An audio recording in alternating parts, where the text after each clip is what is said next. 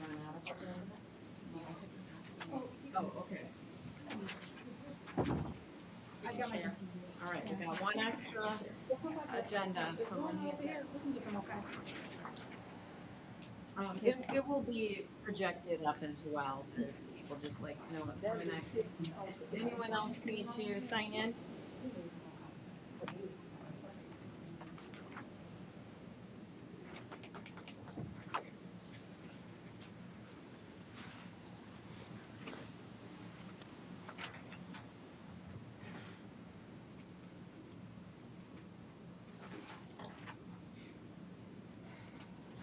Okay, block. That's not showing up on there for some reason.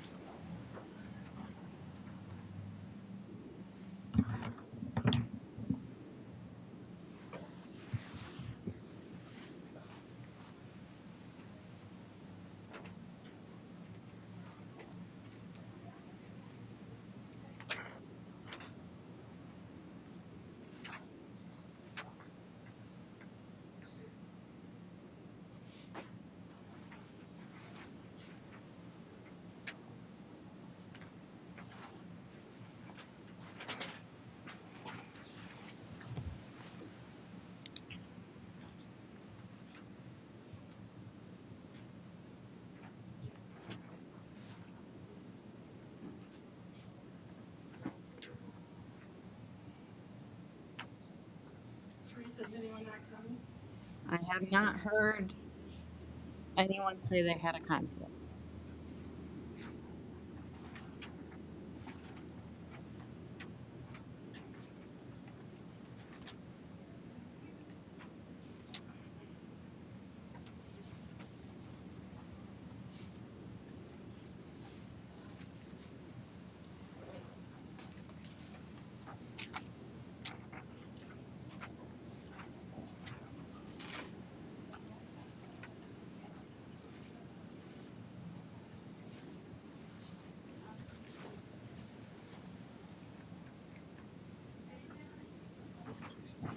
There's no action needed from the board from our perspective.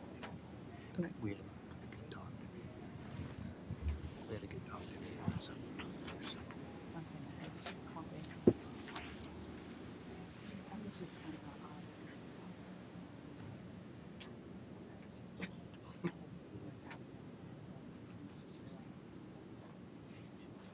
Gotcha. Okay.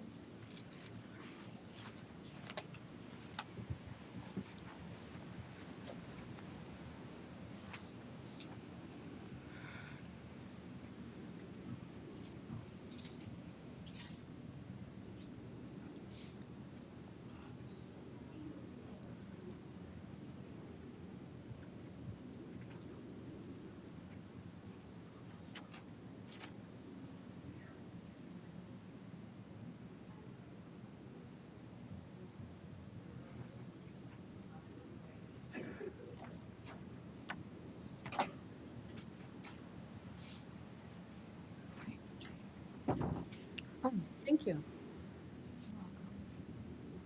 Did anyone not get an agenda? We've got additional copies now. Okay. We're waiting for a few more board members. We need 5 to get a quorum.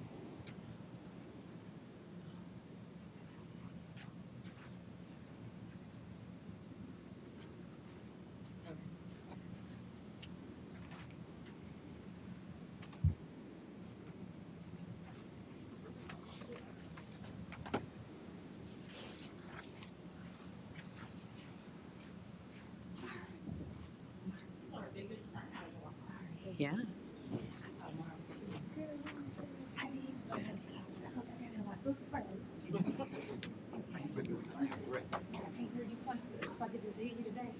I mean, I don't see you got to deal with reality when it comes to this money.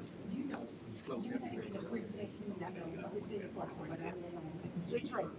That part right there. I heard the Detroit when you did it. Yeah, real. I'm reality in that show.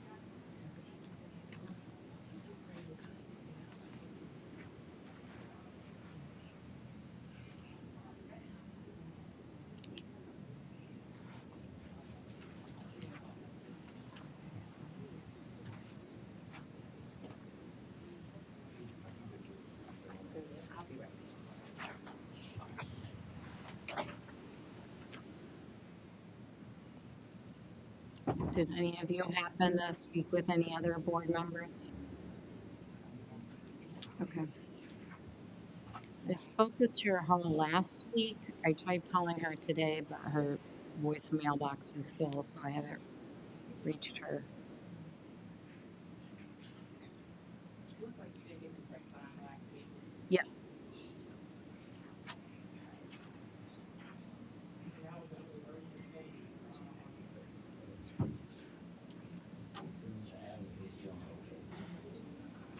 Oh, great.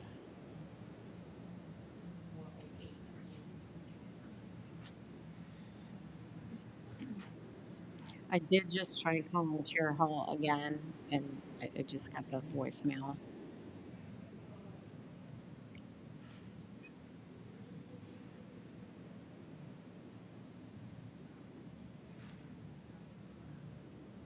How many vacancies shows? Two. Well, that's true. If anyone is interested in being a member of the Brownfield Redevelopment Authority, we do currently have 2 vacancies. If you look on the city's website, there's an application. Or if you know of anyone that's interested. Residents. Yeah, I believe it's limited to city residents.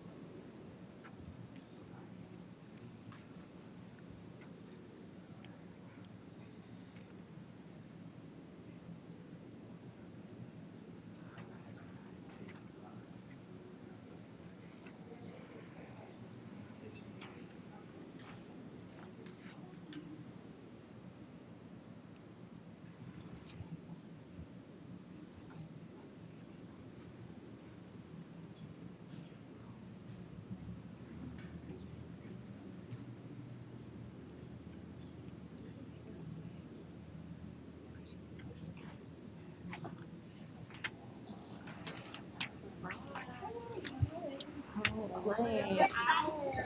Girl, I've been looking for you with your pretty self. Hey, come here. Girl, Great. Good. Is that you over there? Where my other one? Is that? I'm from Left Italy, so you know where I come from. I come from Left Italy. Asking about you. Come on here, boy. You know I been there screaming. Relaxing.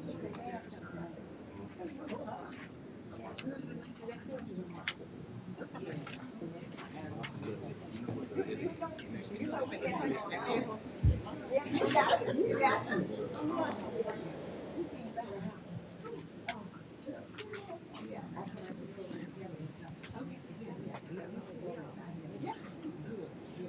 Yeah, we gonna get together. Okay, sounds good. Okay. I'm gonna be on my way.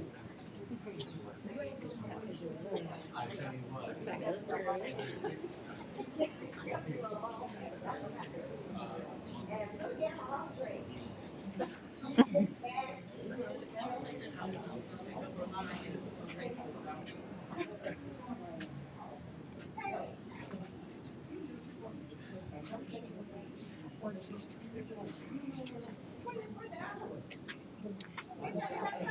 We weren't told, well, I didn't hear anyone say they had a conflict.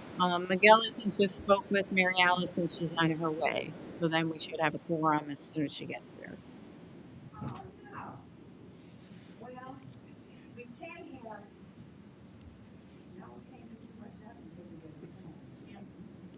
Yeah, I'm so glad you made it. 7. Well, really, we have 7 acting members, so I think we can start with 4, actually. That's what this week. Go ahead, girl. Hey, Mom, I didn't see you over there. I know you did. I said beside you. Did you too? We come to see you. Okay, come see me. Okay, Cool.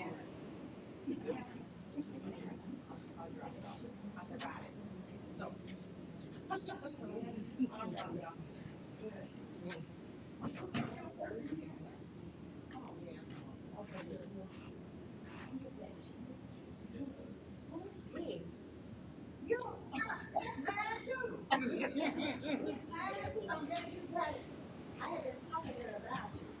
I said, you gotta come and see me more.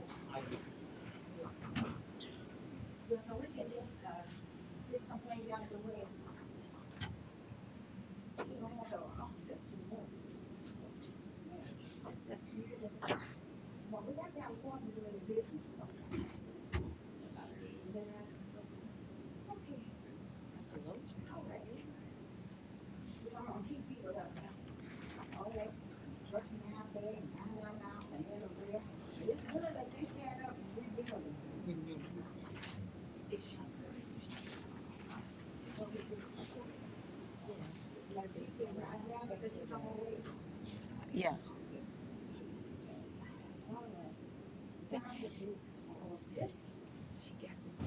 The Brownfield Redevelopment Authority will now come to order. Sharif, you'll hit the record or? There's a new streaming system, and there was some issues to begin with, so it's already recording. Tiffany was up here and got it ready to go, so. Redevelopment Authority will now come to order. Roll call. Satana Warren, Present. Ivy Chandler, Mary Alice Adams, Miguel Clark, Emma Kennard, James Childs, Emma Hall.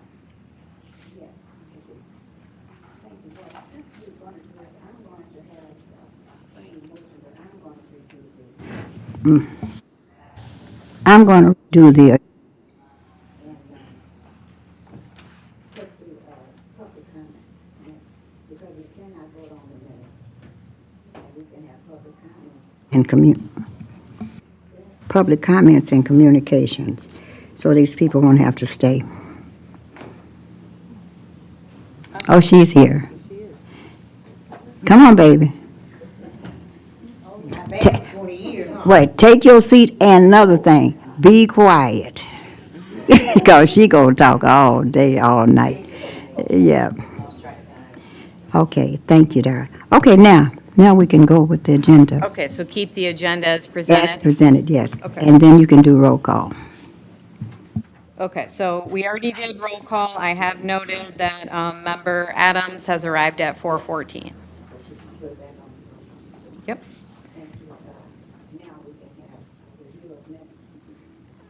Review of minutes.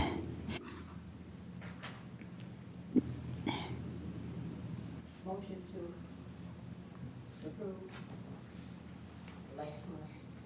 Motion to approve. Motion to approve. Second. Support. Now. Do we have any concerns, corrections? Hearing none. Roll call. Satana Warren, Yes. Ivy Chandler, Yes. Mary Alice Adams, Yes. Miguel Clark, Yes. Emma Hall. Yes. Minutes are approved, 5-0.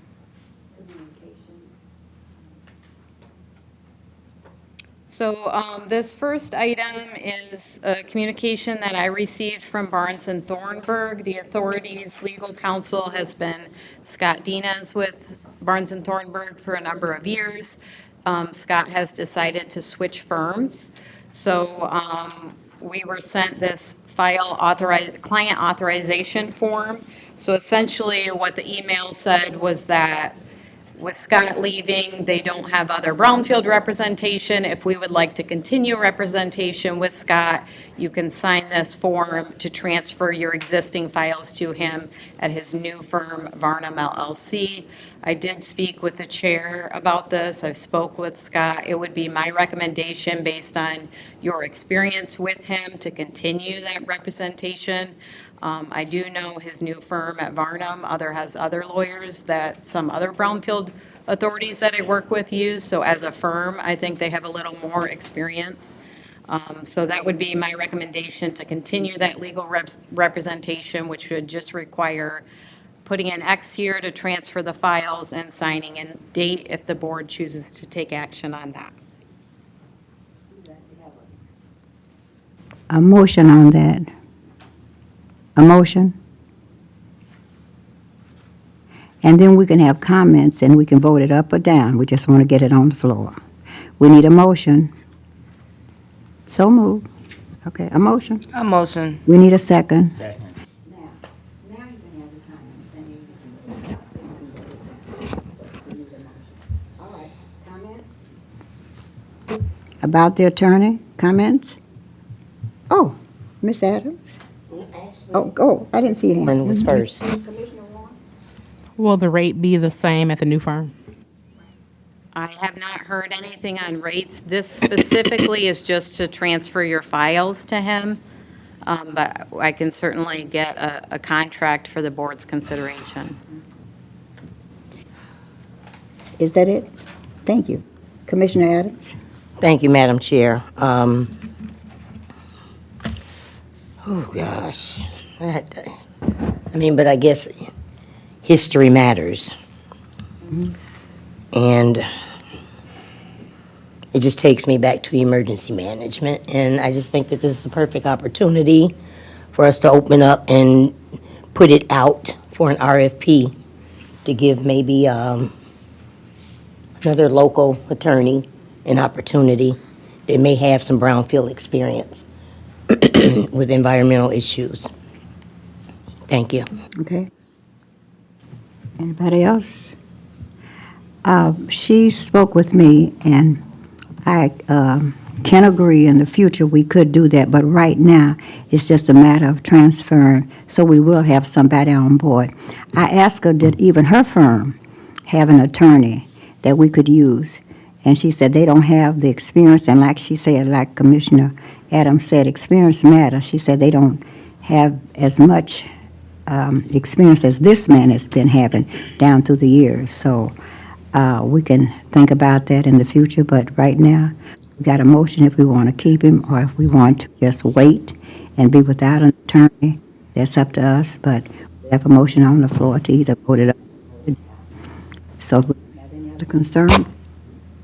Yes, ma'am. And I really don't want to make a big whoop-de-doo about this, but it's very rare that we need the attorney looking at things.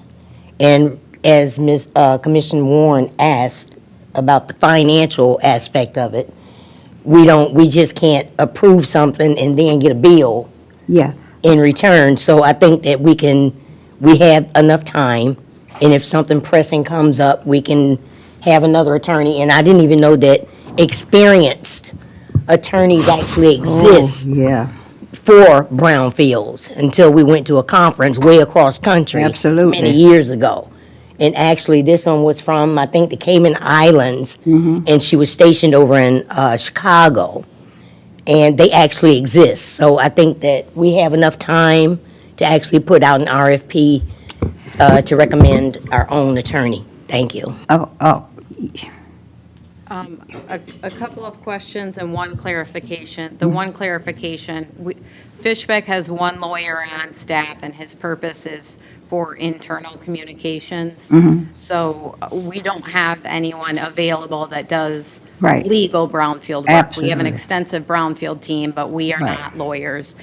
This board has typically used legal review for any of your contract legal documents. So, anytime you have a new brownfield Okay. plan, for example, you have a contract, you just had an agreement for your LBRF dollars that you chose to support King's Court. So that would be typically when it comes into play. My question is, if you would like to put an RFP out, is that something that the city would put together? I No, mean, who we, would put that? the authority. I think right now, if the board's pleasure, that we would go ahead and vote him in, and then we, as the commissioner said, because we don't want to be without counsel, and we can come back, we can always come back and amend it, and so that we can see the charge. Now, that's very Wait. important. Madam Chair, if I may, can we put that within the motion? That the Yeah. price that we're Yeah, oh, yeah. presently paying, Yeah, doesn't move? Yeah, and see, no, We don't see need what, Will that affect the file transfer? this is just for the files, yeah. Yeah, and then we can visit the price. Yeah, thank you. Okay. Anybody else? Roll call. Roll call. Satana Warren, Yes. Ivy Chandler, Yes. Mary Alice Adams, Yes. Miguel Clark, Yes. Emma Hall. Yeah. Motion carries 5-0. So I did give Ms. Warren the form, so we just need a check to transfer the files and then a signature and a date.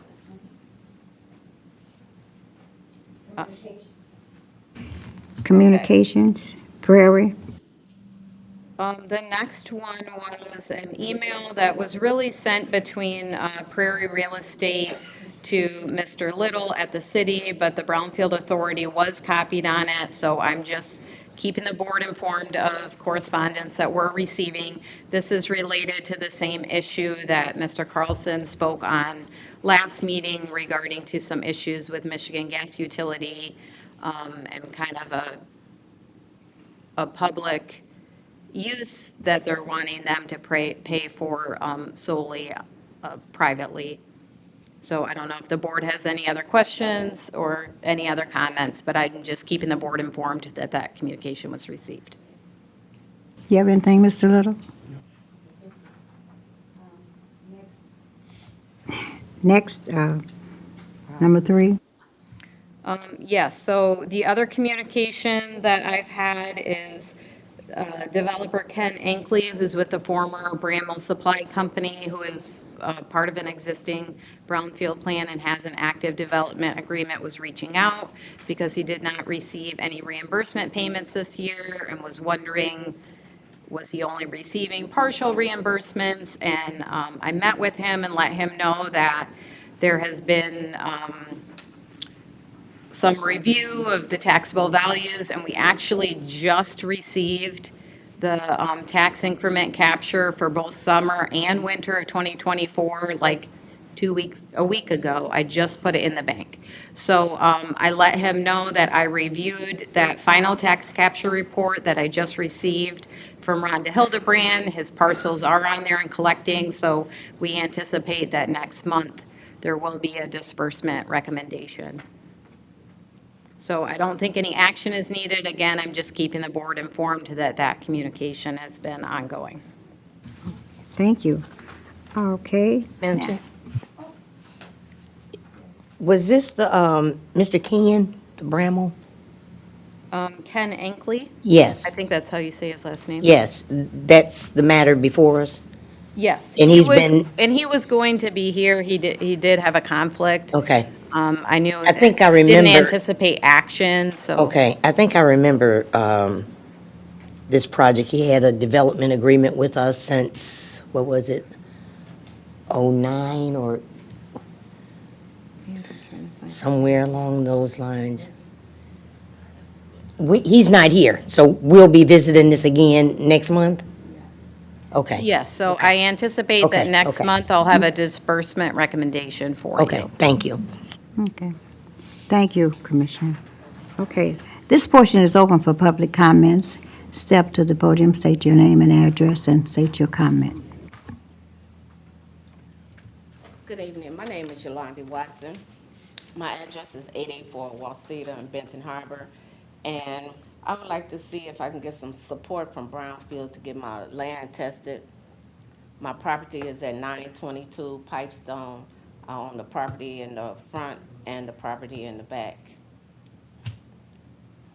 Why do you want it tested? Because the property next to me, the Old Mercy Hospital, they said it was contaminated, so mine might be contaminated. So I need to get it tested. Going to sell it, or you going to keep it, or you just want to know if it is contaminated or not? Well, right now, I was in the process of selling it, but when the sellers came to talk to the city, they told them that it might be contaminated, so the sale didn't go through. So I need to get it tested. And if it don't sell, I wanted to get it developed. What's her pledge on that? So, I mean, the board does have some funding available if you chose to use LBRF dollars to directly cover assessment testing. You could do that. I don't know if there's no kind of redevelopment plans, then it doesn't sound like this would be right for a brownfield plan, but that's up to the board if you want to directly pay for costs. The other option, although it's not guaranteed and there's no funds available right now, but the board did apply for an EPA Brownfield Assessment Grant. We have heard word from EPA Region 5 that they do anticipate making those announcements in May. So that's a possibility. Those funds likely wouldn't be available until the fall. So I guess that's up to the board if you feel like you have funding available right now, if it's kind of a wait and see, or, Well, I can't move forward until I get it tested, so I'm just stuck in the middle. Mr. Little, is that near where we're building? Yes, it Is is. it anything that the city might want to use or could use as a driveway or a parking lot or, just a moment. Are you planning to do anything in that area with that? I have been talking to Eagle about trying to do an environmental review on that. I don't have an answer from them yet, but beyond that, nothing else. Pretty soon, or we can wait, or? We'll continue to try and ask them if they could do something because I'd like to see Eagle help them with getting something going on And it there. wouldn't be no cost to her? That I don't know for sure. Okay. I have to find out from the state. So would you recommend we try to move forward to help her? I don't have a recommendation. Yeah, okay, yeah, but I'm just saying it's have her. Now, okay. Teresa, I think Now- Dr. Adams had a comment. okay.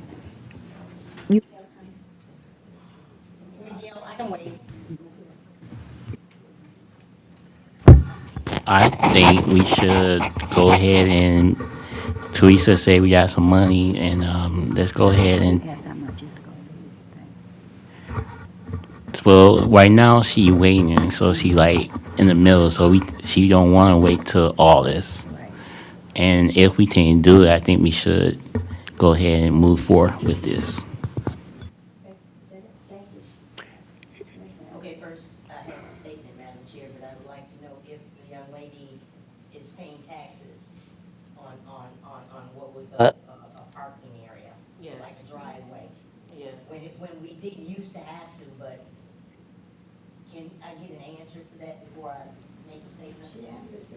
You said yes? Yes. Oh, okay, I didn't know that. But I know that when I was residing as a commissioner, that it was a big issue with the city beginning to tax church lots for parking when they didn't used to, as well as some other parking areas, and I didn't know that that was one. But I do know that we had a big issue with this very property, with trying to obtain it for the city. We were lucky enough to get the Mersey property, thinking that we were going to be the ones awarded what is now the funds where the Emma Hall dwells. But my question to Teresa would be, if we are awarded these funds that we have applied for this initiative to do remediation work on her property, will we be able to replace those funds if we utilize some of ours now?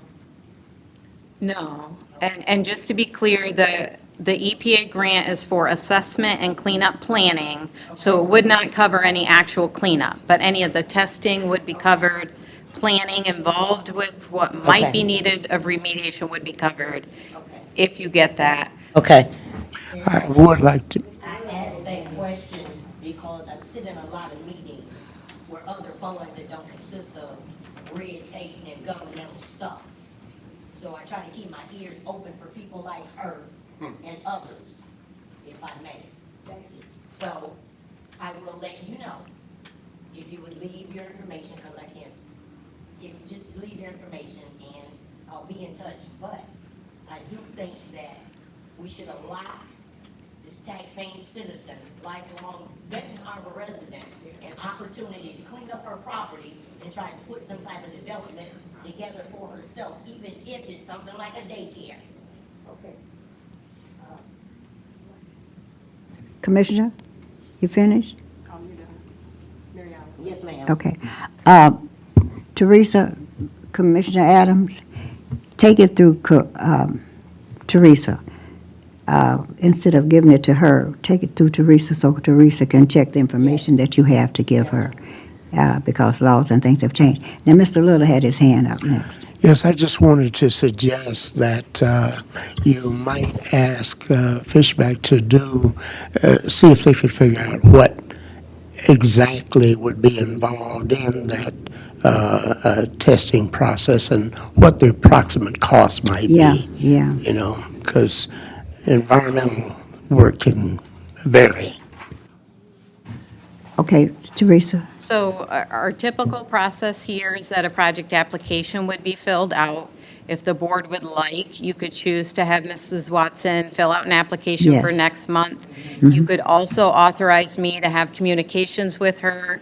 If you would like Fishbeck to do the work, I could prepare a work order that would include the scope and budget to conduct that work so that you could have both the application and the work order for consideration next month. Good. We need a motion to that. Make a motion. We need a motion. Yeah, okay, she Wait, motioned. wait, if I may, I can wait. But she's going to do comments on it, right? Yeah, which Okay. might impact that. Yeah, but you can do it up and down. Okay. Wait. All right, go ahead. The members I, speak. I just, Ms. Chandler. I just have questions. Because I don't totally understand. Because it sounds like that initially when that property was being purchased or obtained at Mercy Center, there was a option for you to sell the property that you're now trying to sell. Is that correct or? At first I had got with some of the commissioners and I wanted to see, did the city wanted to buy it to go along with the property that they was doing at Mercy Hospital for their expansion or that project, what is it, T7 or? And I didn't hear anything from anybody.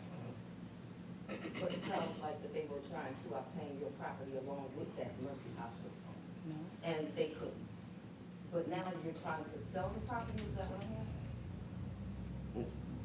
Eventually, at the beginning, I was willing to sell it to the city so they can add it on with their project they was doing. Do you understand? Is that answering your question? No, and you did not get a response from the city. No. And now you are trying to sell the property. I was trying to sell it because I had gave them the opportunity first, but they didn't want it. But I can't do anything with it because I'm at a standstill because the buyer that I did have, they was filling out grant money to do a development. And they said, just because Mercy was contaminated, my property was contaminated. So then my question is to whoever, if her property is contaminated as a result of Ms. Mercy's property, why then wouldn't whomever? When I came to one of the city meetings, they said it was just a little spot on Wells Street. My property is not on Wells Street. They said it was contained in this little area. So, I don't know. You really don't know. No, because Couldn't whomever obtain Mercy be responsible then if her property was contaminated as a result of Mercy? Couldn't they be liable to test, determine? Okay. That's the question. In Michigan, we have a due diligence process when you buy a piece of property. So the first step would be doing a phase one environmental site assessment before you acquire a property. That kind of does that historical research to understand if there might be a problem. That next step, if there's some things identified that we consider recognized environmental conditions, then you would do the actual sampling before you buy a property. The third step in Michigan is a baseline environmental assessment. That's that liability protection that says you didn't cause it. You're filing this document within 45 days of acquiring the property, so now you're protected from liability. If those steps were not taken and you've owned the property now for a number of years or more than 45 days, then as the property owner, you would be liable if there's contamination on the property. In Michigan, you are not required to clean up. You are required to not make it worse, protect anyone that's using the property, things that we call due care obligations. So then, if that being the case, why is she legally prevented from selling the property? I think I don't want to speak for you. I think what you're saying is you're having trouble selling the property because of the perceived contamination. Is that accurate? The buyers came talk to the city, and the city told them because Mercy had that piece of contaminated land. So there shouldn't be any legal stopping her from selling. It's just the perception there is making it difficult. If, let's see, if Commissioner Warren, So this is somewhat confusing because if the buyers buy, they can then come to the Brownfield, enter a Brownfield agreement if there's contamination. So why is this our issue now? I'm really confused. Are you going to go into a Brownfield plan? I guess I'm not understanding what this process is. Because normally when there's a piece of property with contamination and we do the recapture, we do a Brownfield plan. So can you explain again what this new process is? Well, we would need some sort of redevelopment in order for a brownfield plan to work, because essentially that says whatever these eligible costs are, such as assessment and cleanup of contamination, those costs can be reimbursed, but you need to have that redevelopment to increase the taxable value to create the tax increment to cover that. Which is what we're here for. That's the Guess I'm primary not tool. understanding this issue today. So what are we, I don't understand The this. only other option would be using your local brownfield revolving fund to directly pay for costs. Still have no guarantee of any redevelopment or of any benefit to the city. Well, other than I guess, the assessment knowledge. That would definitely be something you'd have to evaluate if there is a community benefit. If I may, Madam Chair. Okay, so with the question that my colleague here just asked, it reminds me of the depot site that we spent almost $50,000 to clean up. It's still contaminated. And somebody's going to have to clean up, but we gave it to the city. The city can come straight through here and do exactly what this taxpayer is really asking of us. Am I right? I know I am. And nobody needs to say anything. But this taxpayer is asking for exactly the same thing. We had an opportunity for a business owner to take hold of that property and do something with it that would add to the tax base, because right now it's still sitting. See, sometimes you have to make stuff make sense. Overall, we gave what? We gave an organization out of Saginaw $280,000 to do remediation work throughout the whole city. We should know factually what's wrong with that property. We should know factually what exactly is wrong with that property, and for the property of the Mercy, she goes too far off. we shouldn't have been in bits and pieces with what was wrong with it, Okay, because we gave a contractor the work to do that throughout the city. Now, something is wrong, and we're gonna get to the bottom of it. Thank you. I am with Commissioner Clark here. We want to help everybody that comes through here. That's our job. But it's also our job to go with the stats that what we can and cannot do. This girl right here is just like my daughter. Been knowing her for years.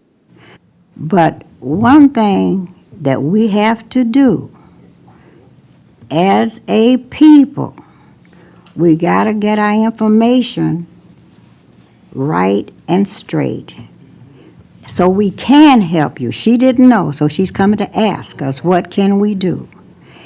If yours, like she explained, if you bought it unbeknown that it's contaminated, then that's a mistake that you made. You should have had it checked before you bought it, but she did not know. And we don't know. And I think there were some papers Mr. Little was going to give us so that we could pass it out to the public. They need to know so we can, yes, so we can help them. She bought that thinking she can do it now. She's not going to develop it, she said. She wants to try to sell it, which puts us at another odd if she sells it. Because if she sells it, it puts it on another buyer. He's going to want it cleaned up. she's still holding the bag. She's got to get it clean. So I don't know what the recommendation of that would be, because we want to do all we can to help her. But we want to make sure that we don't cross any rules with what we can and cannot do. We want to do what we can, but you got to have your things straight, so we won't be able to mix ourselves up so we can't help nobody else. Okay, now, who had the hand up first? You do. All right, Mr. Clark. So is Miss Watson to go into a brownfield plan? Like she want to build something, then will we be able to do something? Like she want to build a garage or something like that? If she had a project where she was investing funds and it increased the taxable value enough, and the board and the city viewed that it was a public good and we had eligible expenses, then yes, it could go in a brownfield plan. It would be my recommendation that if the board is interested in support, but they're not sure what that looks like, to request that Mrs. Watson fill out a project application. Yes. And also request that I communicate with her and we can come up Yes. with some ways that are applicable to your roles and responsibilities as an authority, of ways that you potentially could or could not Yes. support. Yeah, okay. No, Commissioner Chandler. And yes, I guess I'm assuming that because it's a big developer, that they probably followed all the She don't have that steps much, but, for what they were supposed to do, those 3 steps that you mentioned. But is there some way we can find out whether they actually did? Because if they didn't, then they're responsible in some way? It's the current property owner. The current property owner would still be responsible, even if they did not follow the due diligence that they're supposed to, Yes. even if they did. That's how you get the responsibility, if you will, by not doing your due diligence and acquiring a property.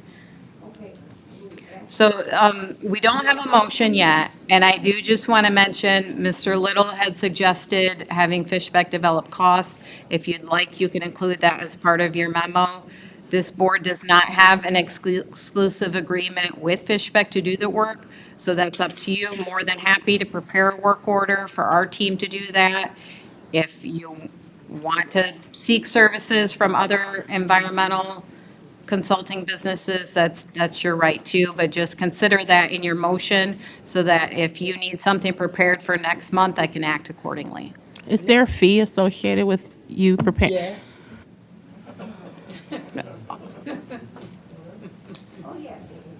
that's why I say, it's fees that go with everything. Ask Trump. So, you gotta have fees. Money is money now, so. Was that Now, answer to her question? no, she wants to put a motion on the floor to, Wait, she asked the question. What? Is there a fee associated? I just assumed. All of my time and effort she answered is the question, okay, charged to the authority. yeah, I okay, have another question, Madam Chair. just a moment. Do we want to have investigate this? And then we can stop all these questions. Go ahead. Yes, ma'am. We seem to have a very presence with the city. Do we have any of this 20 million working on our behalf to help with these type of endeavors? Working with the brownfields? This is my question. Like all grants, you get grants for specific reasons. And so the answer is no. It's not available to do anything but what the grant was for. But it entails so many different things. I was just thinking, was it something possibly? No, it's limited to the items that were there. Commissioner Clark. So, I mean, we keep going back and forth. And I'm on a time thing just like everybody else. So I was like, are we gonna do this or are we just tea talking? I make a motion that we have Ms. Teresa, our consultant, put together a work plan for Ms. Nick Watson. Ms. Watson to work alongside with coming up with a plan that best fits for having her property investigated for mediation for cleanup, and what costs that might be incurred, and if in fact we can somehow work with the city or some other entity to help to fund it would be wonderful. But yeah, for our consultant to work with Ms. We, Watson. that other part you can take out. We are the city. We're the arm to do the stuff like that. We're the city to do that. Okay, you can take that other part out. Now, we need a second on that. We didn't talk about the project application. She's gonna work with. She's gonna work with that on that. I second.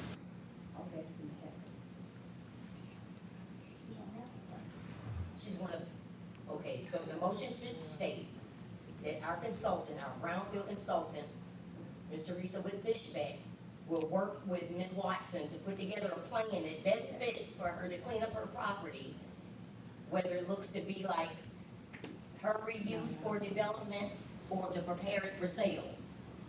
Okay, is that? Madam Chairperson, if I might, I think you're kind of getting a horse ahead of the cart. As I suggested earlier, the first thing you need to do is find out if you're going to do the initial review to determine whether or not it's contaminated.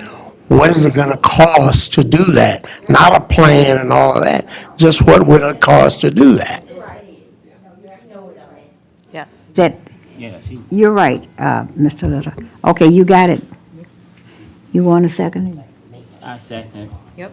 Okay, Thank you. you're welcome. And you keep in touch. Are we ready for a roll call? No, roll call. And I'm gonna make a comment, but I'm just saying you can do your roll call. Yep, go ahead. Mary Alice Adams, Yes. Satana Warren, Yes.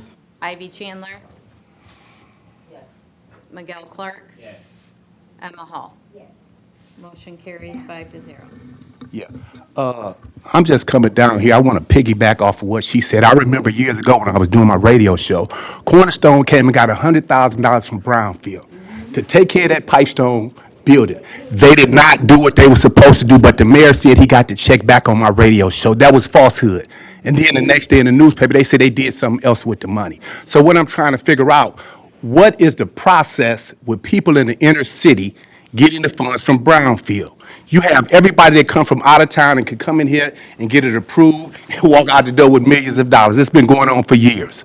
But now that you have individuals that work within the city that want to do something to help clean up this community, they always have a problem and have to jump through hoops to get this money.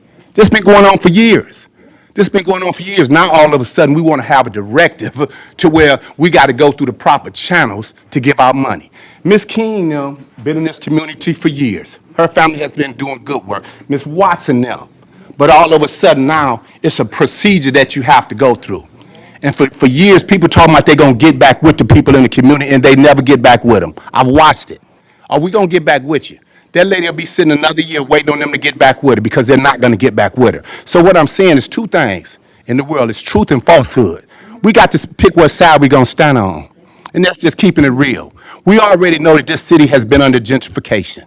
And we know that there's individuals that's playing certain roles to help gentrify the community.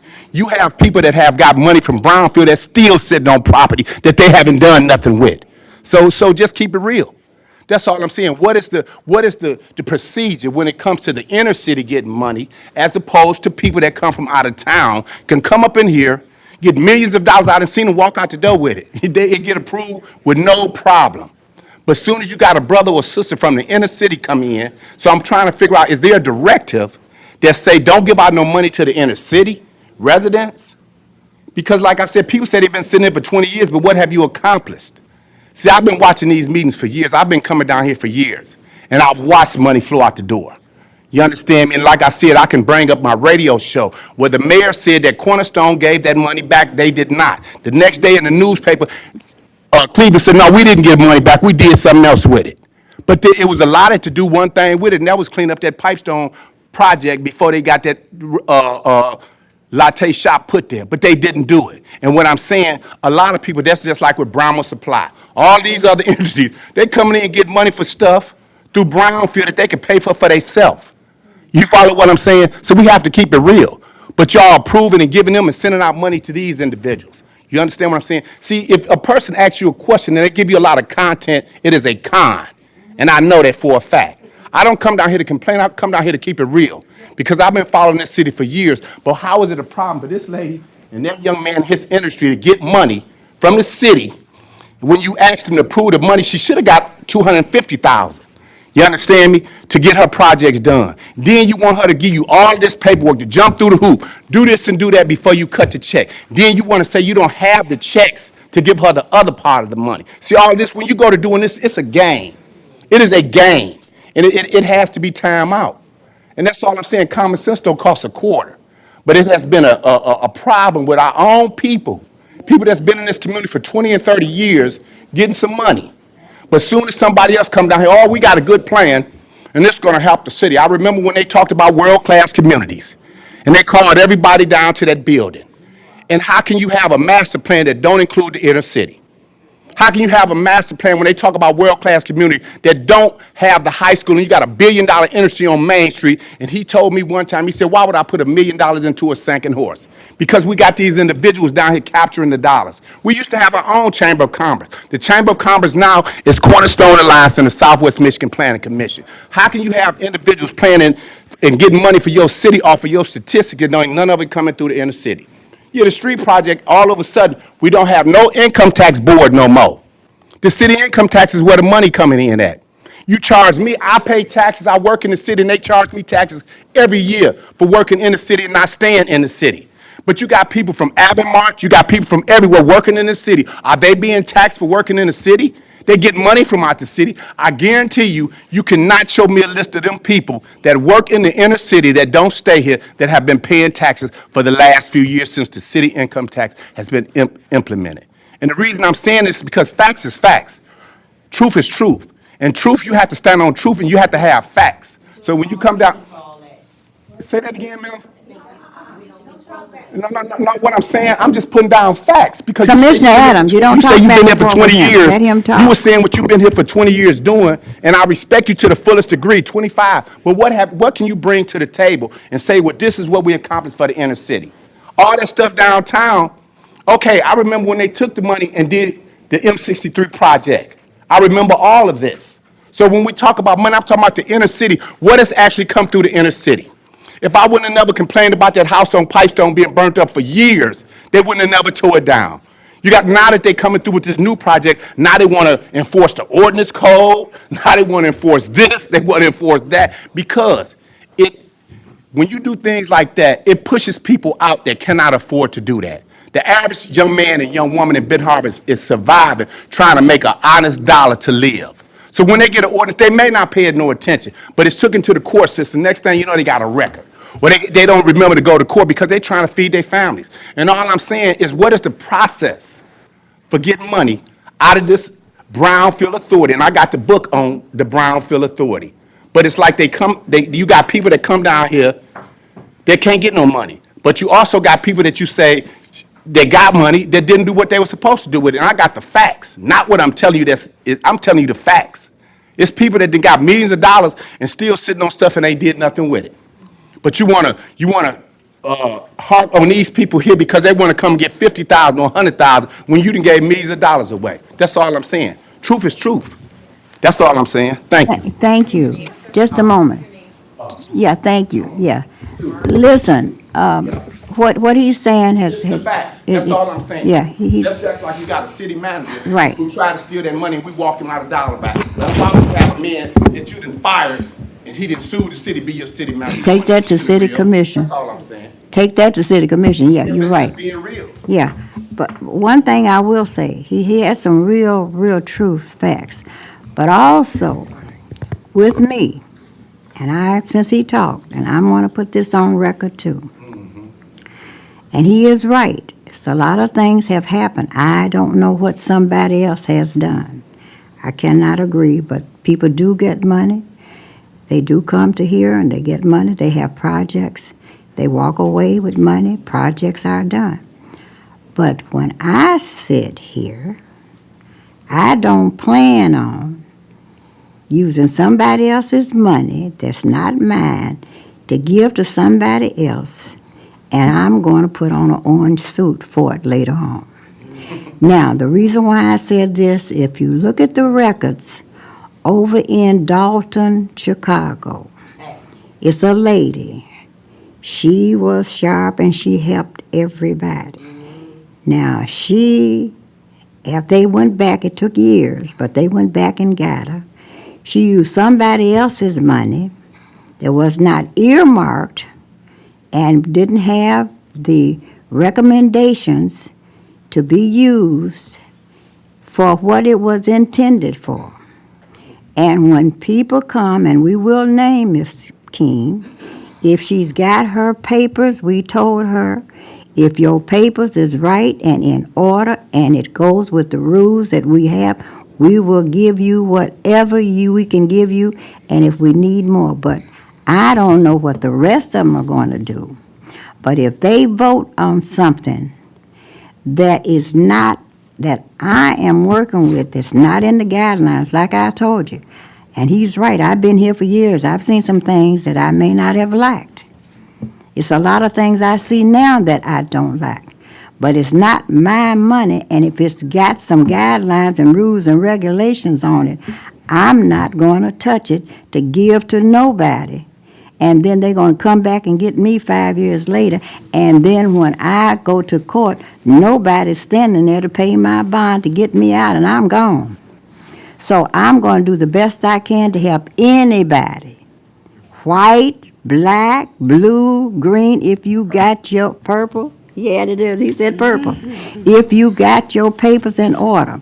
Now, one thing we don't do as a race of people, get our facts and we can get a whole lot more if we read and make sure we come with what we need to come with and read the fine print. I've been bit a lot of times just on a bill. I said, y'all did this to me. They said, did you read the fine print? And I didn't, and I got took. So this is what we got to do. That young man loved this community. He's been with this community for years and years and years. Matter of fact, we're from the same place, and we raise each other. He didn't raise me, I raised him along. He wants things to happen. He wants to make sure that our people get part of the pie. If it's a whole pie and we got 8 pieces and we 7 pieces of it, we ought to be eating 7 pieces of that pie. But now we got people working. But I know one thing, and I'm going to talk as long as he talked on this one. I will stay up for this one. They doing my street out there on Fair Street. And you talk about Abby Marsh, you've heard him name his name. And I saw one person of color out there. But I don't want nobody handling them kind of trucks that ain't got no mind to know what to do, because one of them will run right through my house and I'm in it. So make sure you have your credentials, your engineer credentials. Now, this young lady sitting here in this office right here is a young black man, and I needed a fence. And I said, I need a fence. He said, well, ma'am, I don't do no chain link fence. I said, I don't want one. I want what you call it? He was an engineer. He put me up a fence. But he had his credentials to do it. He came with the stuff. He came with the right stuff. He worked for the companies. So let's give out who deserves to be given out to. I am at the Brownfield, but that other stuff, take that to the city. And this is on record. Take that to the city. But what we can do here for anybody that comes, and you did say purple, didn't you? Okay, so we got everybody. Now, anybody else? Yes, ma'am. Commissioner. No, this is public hearing. Commissioner. Hello, I am 4th Ward Commissioner Ethel Clark Griffin. Hello. Hi, Commissioner. So, I concur with pretty much what Mr. Haywood said. A lot of this is happening, it's been happening for many, many years. And to your question, Mr. Haywood, a lot of these business, it has been confirmed, are not paying their taxes. A great deal of them. So yes, a lot of them are not paying their taxes. And as far as Ms. Watson, her,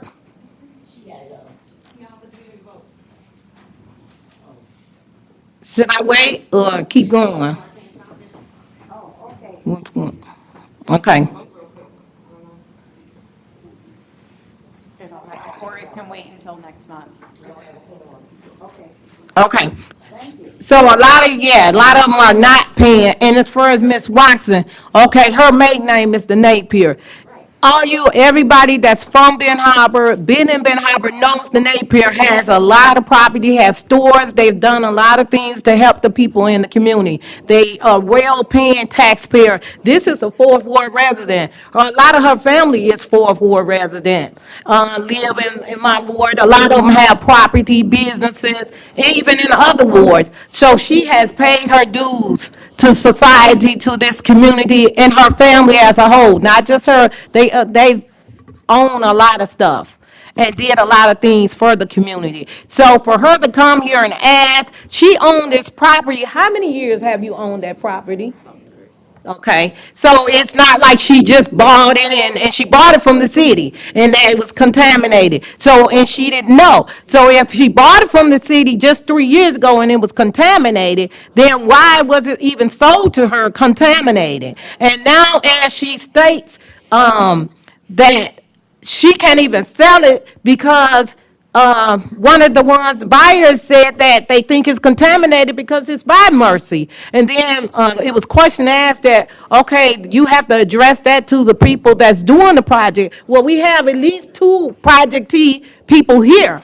They're on the agenda, so they can answer some of those questions right here today. So, yeah, I think she should be, and I'm glad Commissioner Warren said, you guys haven't even voted on it. So I think today that, I think she should get that money. If you guys have it, I think it should be done. And like Mr. Haywood said, like he said, when people like Miss King, she had to come to about 4 different meetings. I was coming to different ones before finally something got approved. She had all our paperwork. She spent way more, about 3 times as much as what she asked and what was voted to give her. Why is it always these taxpayers that stay right in Ben Harbor, that's been paying their taxes in Ben Harbor, is always having a hard time? You know, that, to be honest, that should be the first ones, the residents that's paying into the city, that's keeping the city going, that's paying the city staff income, should be the ones that first come, first serve, and should be the ones that really have no issue when they come to Brownfield to ask for something. That's all I got to say. I got much more, but I'm gonna stop right there. Okay. I want to say, you said the city sold it to her, go to city commission and tell them. Madam Chair, That's the city's problem. Madam Chair, I'd like to address something. Just a moment, let's go to city comments. Oh, Thank you, Commissioner Clark. Hi, everyone. My name's Cassandra Booker. I am a stakeholder. I don't know if I need to name and address, but I have 352 Lincoln Street. I'm the Lincoln Building. I'm actually glad I came to this meeting tonight. It's been extremely informative. I'm listening and I'm learning a lot. I have been and will be coming in front of the board in regards to possibly trying to get help with rehabilitating the Lincoln Building.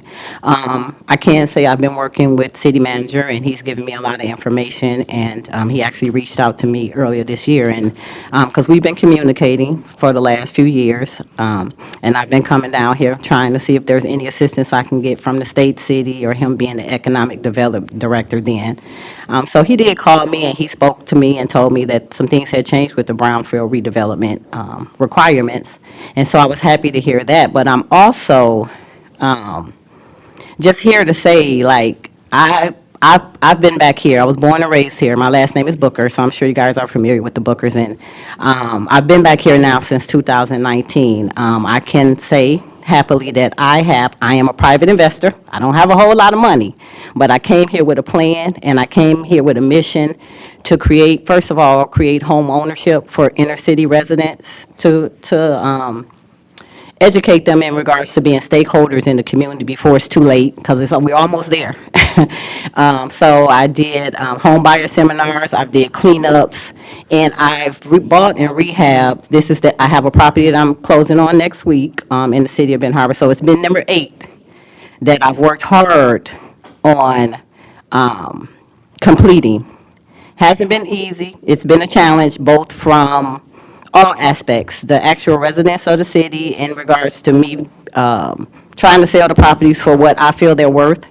But again, people don't want to pay a certain amount of money for properties, and that's a whole nother story. But anyway, so I just want to come to say that I just hope that me or us as inner city residents that has been trying to pour back into the city, creating, adding income to the property tax roll, to utility funds, to utility accounts, things of that nature. I hope that we're considered.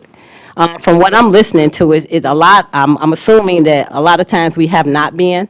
But again, it's time for a change. I think that we should be treated fairly. We've worked hard. We've proven ourselves. We're not just people coming in here talking. That hasn't done the work, hasn't done the footwork yet. So I hope all these things are considered when we come in front of these committees and ask for help. And I just want us to be treated fairly.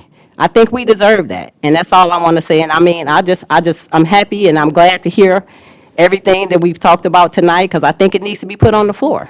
You know, that's the first step to moving forward in the right direction, is acknowledgement and taking accountability. Thank you. Do we have any information and pamphlets and something that we can give out so that people can read and understand just what we can and cannot do, and what we can do? Because if you fall into that, we're going to try to help you. But we need you to understand what we can and cannot do. So do we have any information? Now, Mr. Little said he was going to give us something. Madam Chair. Flyers. You say what? There was information we were given I out at don't the know Black if Summit. you have specific flyers that you've created over the years that speak to that. Okay. We could direct them to Act 381, which I think for the average person is a little cumbersome to read through. That's why typically that first step is filling out a project application. Yeah, right, Speaking right. with me to kind of say, well, what is your project? What is your situation? Does it sound like things that the Brownfield Authority has To the help. ability to take action on? Okay, thank you. Madam, oh, Hi, I just wanted to read something that me and my sister worked on in her absence. So we want to extend our heartfelt thanks and sincere appreciation for your support of our community development efforts in Benton Harbor. The initial investment has been crucial in furthering the vital work we are already undertaking to address the acute housing crisis in our community and to help meet city's housing and community goals. This support has allowed us to make significant strides on our projects on East High and on Ogden. We are profoundly grateful for the opportunity to continue this important work. It means a great deal to us that the members of the Brownfield Board had the opportunity to visit 705 East High and see firsthand the progress being made. As developers committed to transforming Benton Harbor, we take pride in creating safe, stable, and sustainable housing solutions for our neighbors.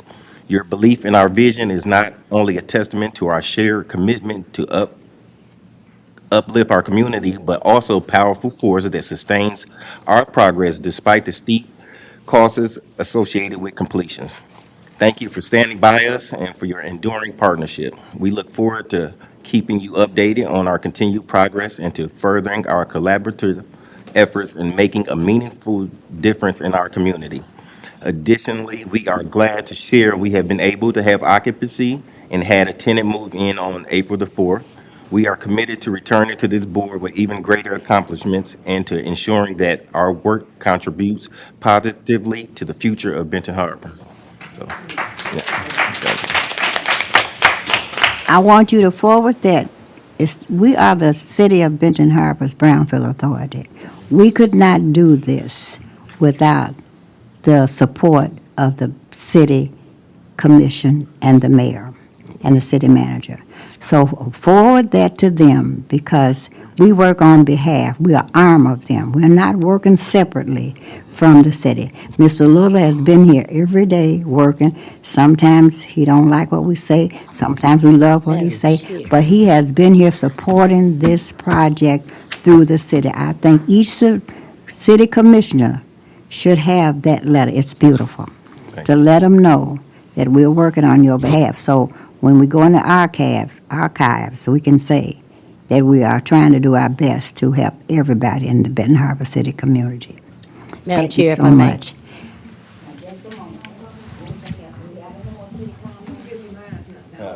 I got you. Now, thank you. Any more public comments? Okay, now. Madam Chair, I think that it's very important that,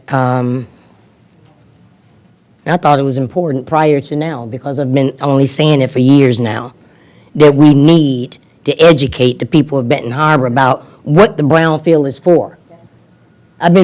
Miss Sandra, that just came up here and spoke. See, because what some people don't know or care to know, I not only sit on a commission or this committee or other committees, I sit on a board for Lansing that directs or help to direct the legislation that push forward for us to be able to do some redevelopment with brownfield dollars, okay? See, there's some other seats that need to be filled too with loose lips that need to be helping ships before they sink. See, it's not just local government, even though it starts local. We got some chairs in Lansing that needs to be filled economically, legislatively, housing, all of that. Our voices count not just on a local level, but statewide and nationally as well. I've been telling people don't understand that thinking that we've just been giving money to millionaires. No, it's the millionaires' dollars that some of you can benefit from now, if it wasn't for the tax dollars that have been captured. Okay?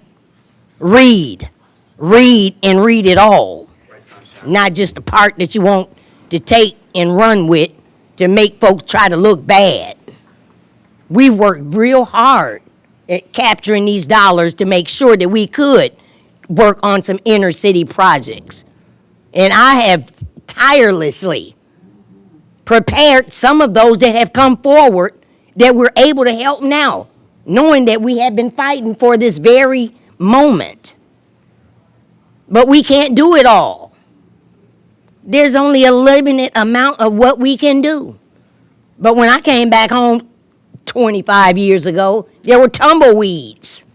People don't want to hear all the truth, but you're going to, because I'm not going to stop. From this day forward, Ben Harbor is going to know the history of the brownfield and how the tumbleweeds were gotten rid of, because it was the brownfield that helped push a $500 million development to help capture some tax dollars to allow developers to invest in their own properties and get some of that tax dollars back and create some jobs for some people within the community to help upkeep that property.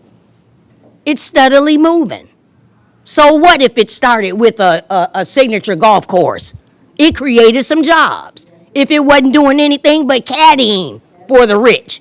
We had some young black boys and girls that were happy to earn an honest dollar. Those were some lives that were saved that didn't lose, that are now somewhere probably in college. Saved from gun violence. Development has got to keep moving. And we're not just, we're all in this thing together. Some may have came over on a Mayflower, some came over on a slave ship. But look around, we're in the same boat. And we better be trying to pedal together. Because we got some folks running the country now to where, hey, we all just cockroaches.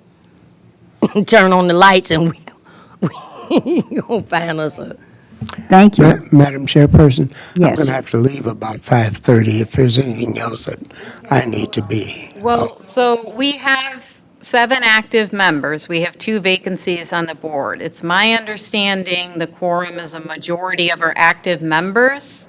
I would have to confirm that. If we want to take actions, understanding that if that's not accurate, those wouldn't stand, that would be my recommendation, because that's my understanding, that 4 is a majority for our active sitting board members.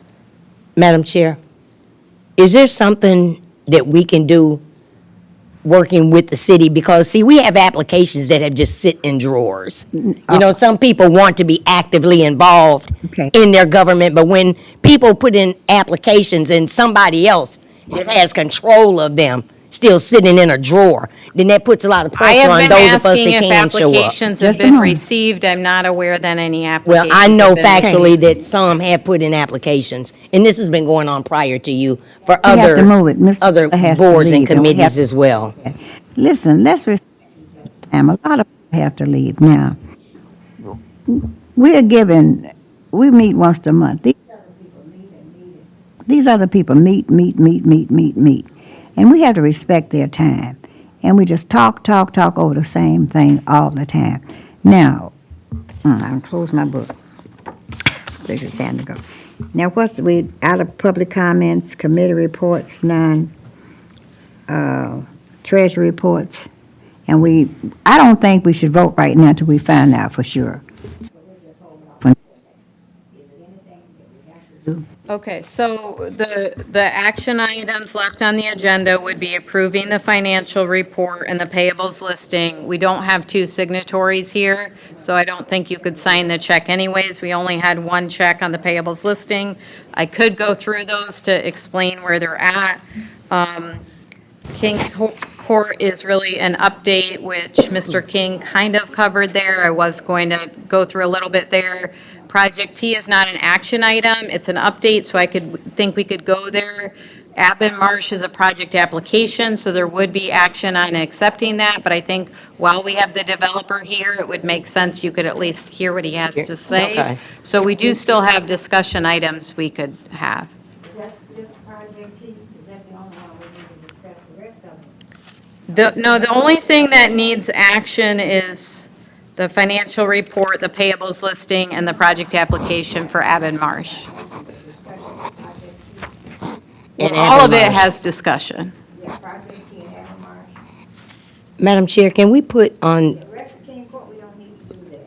Well, I was just going to show the board, we did finalize the agreement. There's a spreadsheet that has all of the invoices. I've got a massive packet. You're welcome to review of all the invoices. I did not include all of that in the board packet. The board packet only includes that summary spreadsheet, but that is available to review upon request. Madam Chair, can we put on next month's agenda, if we have a quorum, for another signature? Yeah, we'll do that next. Yeah. Okay, next. Thank you. Would the board like me to look into what the bank requires for adding another signatory? Okay. We have time for the next meeting for that. You, She can do that in between. Yeah, she can. She can, but not, don't have to do that now. Project T, Okay, so we're skipping the financial report yes, we don't. because we're not going to approve it. Okay, so we're good on King's Court, so we're moving to Project T.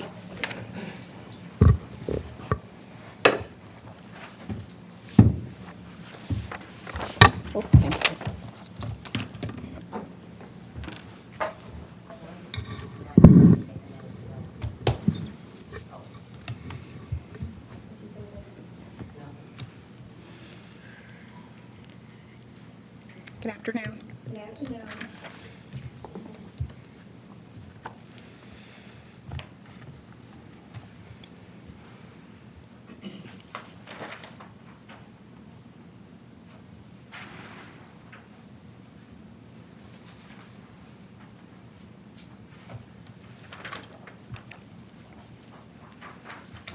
So Project T, the development team, there's an approved brownfield plan in place.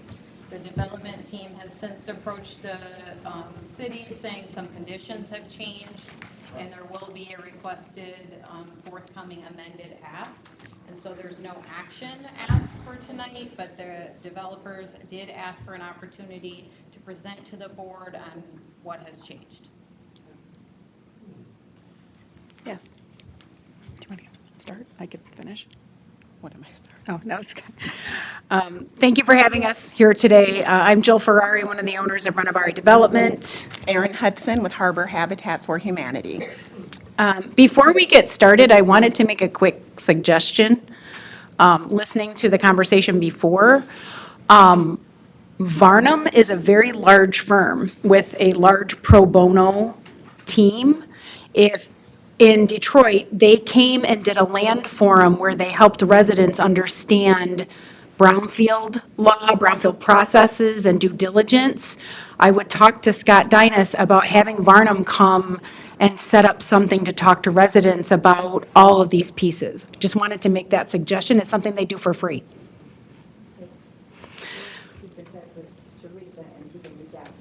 Just something to think about. Teresa, can you put up the sources and uses comparison? Oh, this is, and blow it up as much as you can.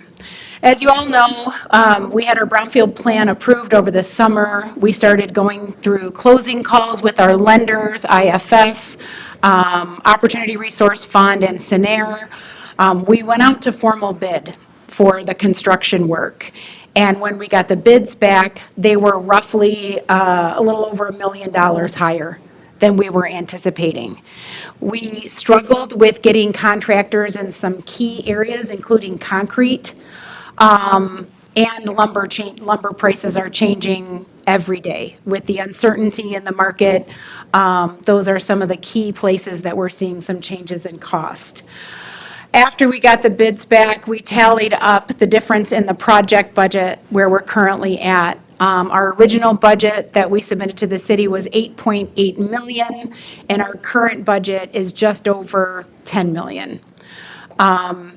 We have also received some requests from our lenders to modify certain pieces of our budget, which have increased our costs. We are in the process. We submitted a grant application to the Berrien County Community Foundation. We're submitting a grant application through the Federal Home Loan Bank of Indianapolis, and other sources. However, we would like to close as quickly as possible so that we don't lose the money that we have lined up from MISHDA. So we are asking to expand the brownfield plan at this point. Our ask is to, right now, the brownfield plan, can you show the site plan, Teresa? Or the figures? Yeah, that one. And all of these are printed in your board packets as well. If you can go down and show the outline. So right now, the brownfield plan covers what is outlined in red. The proposed brownfield plan would include Phase 2, which is the parcel north of that area outlined in red. So we would be changing the request to expand the legal, and just to remind everybody, this is all one parcel right now. We are buying the whole parcel and moving forward at closing. But we agreed to limit the tax capture to Phase 1 because it was all that we needed before we went out to bid on the construction costs. But now that we have higher costs, we are seeking to capture the tax increment that's being generated on the second phase, which is the 4-story mixed-use building to the north. Originally, we were capturing taxes to repay a $900,000 loan that we're taking as part of the project through IFF. That loan has now increased from $900,000 to $2.2 million. And we are seeking to capture taxes to help cover the rest. However, we will not capture anything we don't need. If we receive grants, we will not need to capture that back in taxes. So our commitment is to continue seeking grants for the project so that we do not have to take the full impact of tax capture that we will be asking for under the plan.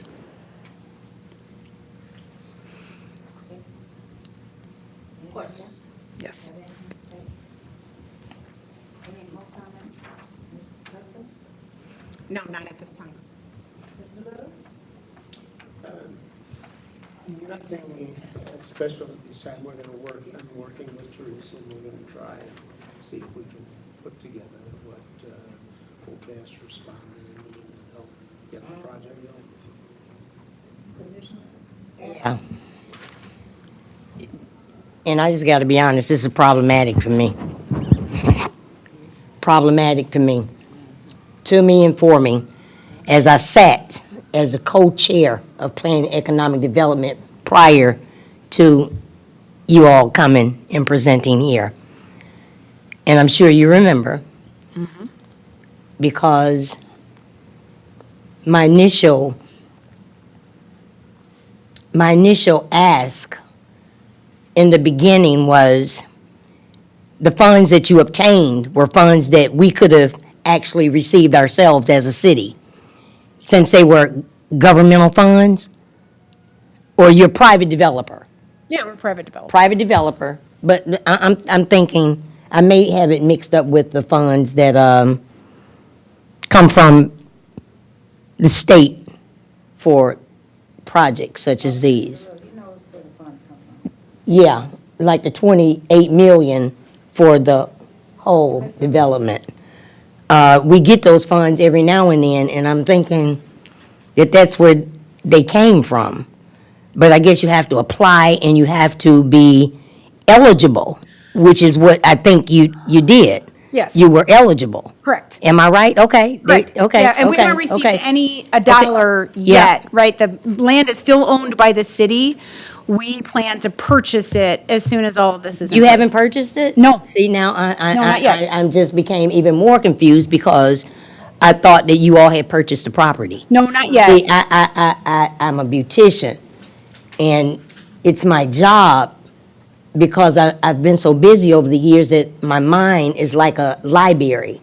I very seldom forget things, especially conversations, because I have to remember products on different clients. And I mean, I'm just like that, and I don't mean to be, but I remember conversations and questions that I ask.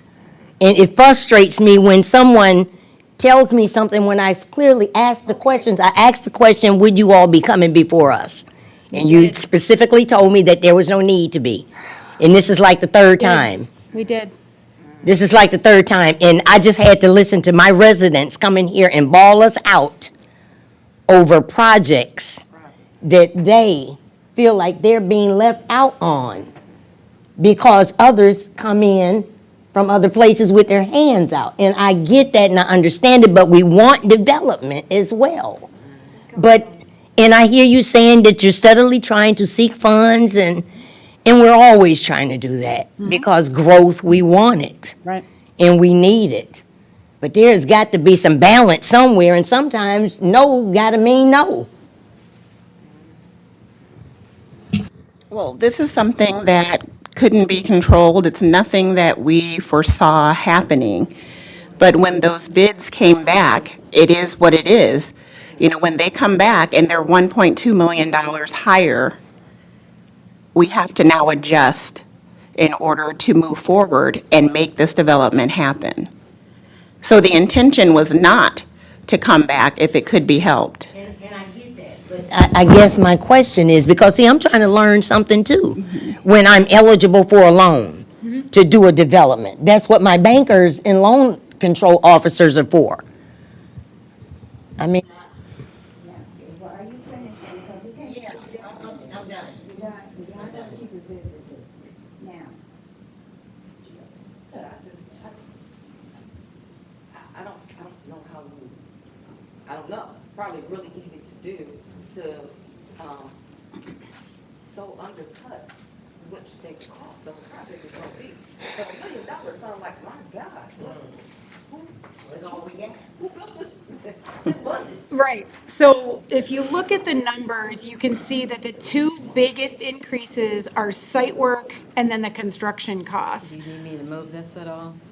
Pardon? Does it show what You can, if you can blow it up a little bit so they can see, right, that where the site work and the building construction, site work went up 427,000, building construction costs went up 424,000. And we use Orion as the general contractor does the bidding for us, right? And they're well-respected, established in Grand Rapids. I think part of the issue was they were basing prices probably on statewide averages, and we did a concerted effort to find local contractors. We had over 100 Right. people show up, interested in the bidding In the process. bidding process, right. And at the end of the day, just the way that we wanted to focus the bidding, we wanted to focus the teams, it ended up being that much more. But they are a respected contractor. This wasn't something that was done by somebody without experience. And just another question again, I'm still learning and I'm planning for some training this summer too. But why all this, is it now normal that you start all of this before you purchase the property? Oh, yes, because the financing so we don't, actually, can you go to the left? Yep. Or go up, please. I'm sorry, Teresa.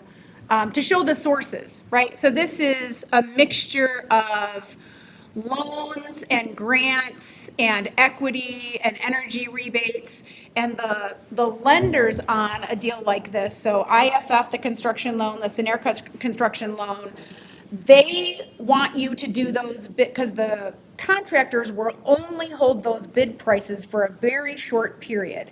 So we use a general contractor to give us estimates on what these costs are going to be. We build our sources and uses, our pro forma.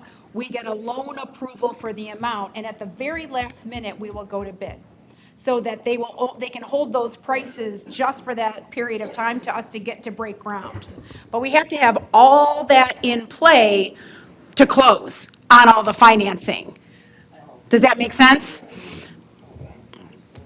So it definitely, it happens to us fairly, this is the biggest increase that we've seen, in the biggest difference in what we had budgeted versus what we actually got in the bids. In places where there are more contractors, the difference is less. But here, I think we were really trying to pull people in, and there aren't as many contractors, so it made a bigger difference.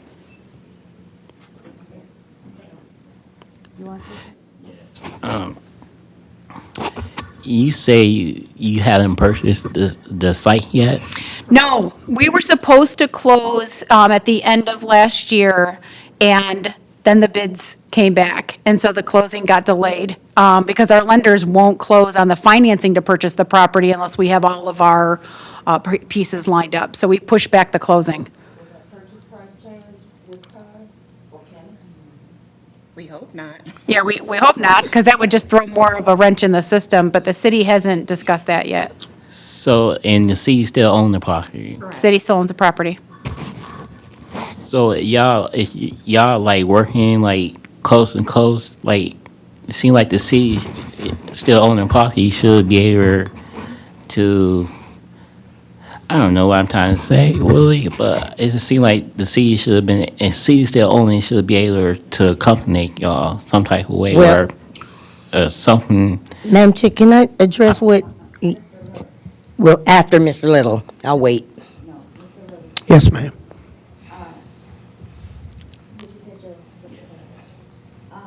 What was the timeline that this come back that you needed more money? When did this come back? When did it come back? Last year, this year? Oh, we were, when the bids came in, November, about November. But then we had to come up with a solution with the amended plan and how it would work and how we could finance it. So it took us a minute to really figure out how to fill that gap appropriately. Yes, ma'am. You hear what she's saying. You have been working with her on this project. Now, you're here representing the city, and the city's stance on this. What are they doing on this project? Is there any way that they need to, the city can say, bring it here so we can try to work with them? Or what's going on? Yes, ma'am. It appears appears that we're just going to have to work through the details and finalize it, and we'll be coming back to the Brownfield Authority. As you know, right now, the economic climate is going completely nuts, and so all kinds of things are possible. We'll work and try to see what we can get put together. Madam Chair, I'm going to go back to something that I mentioned before. When the county had this property, the city of Benton Harbor should be working with them because they should be trying to incur some of this cost for as long as they held onto their property before the city of Benton Harbor had to spend over $200,000 to purchase it. Yeah, thank you. The county should be held liable for any type of other cleanup or whatever is going on to prepare that property to start. Ms. Adams, your comments are very well taken, Commissioner Adams, but do not speak over the chair until she recognizes you. That goes for you, Ms. Chandler, Mr. Clark, all the board members. We want to keep it decently and in order. And so, yes, thank you, I know it. You just be so excited about it. Now, things as Mr. Little has said, now I've got to give him, because he's been working tirelessly, not only on this project, he just left a big meeting with us for the Housing Authority. We involved with RED, and he was at a big meeting with that. Things are changing, and they're changing rapidly, and we need to be up on it. Because we do want this project. Is that right, Mr. Little? We want this project to move forward, don't we? Yes, ma'am. And you know we don't want this project not to go because it's been advertised.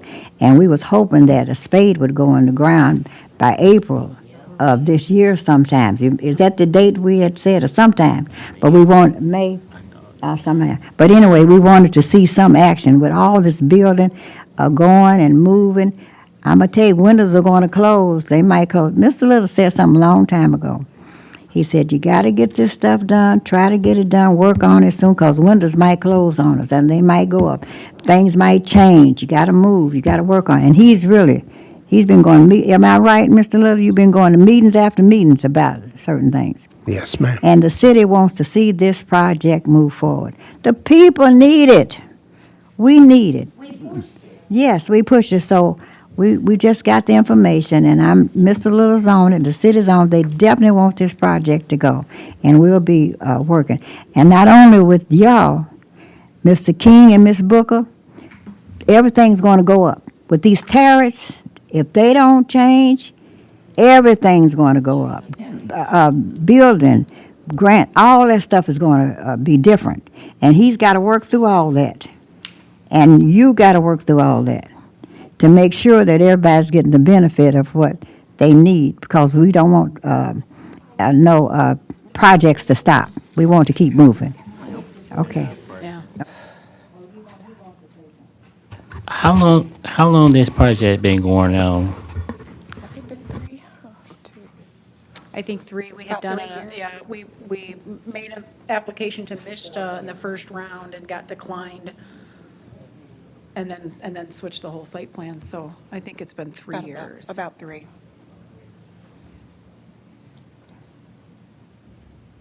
Okay.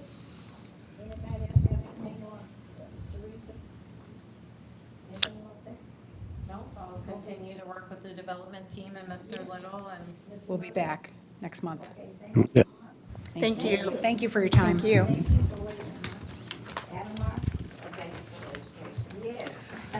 Barnum. Yes.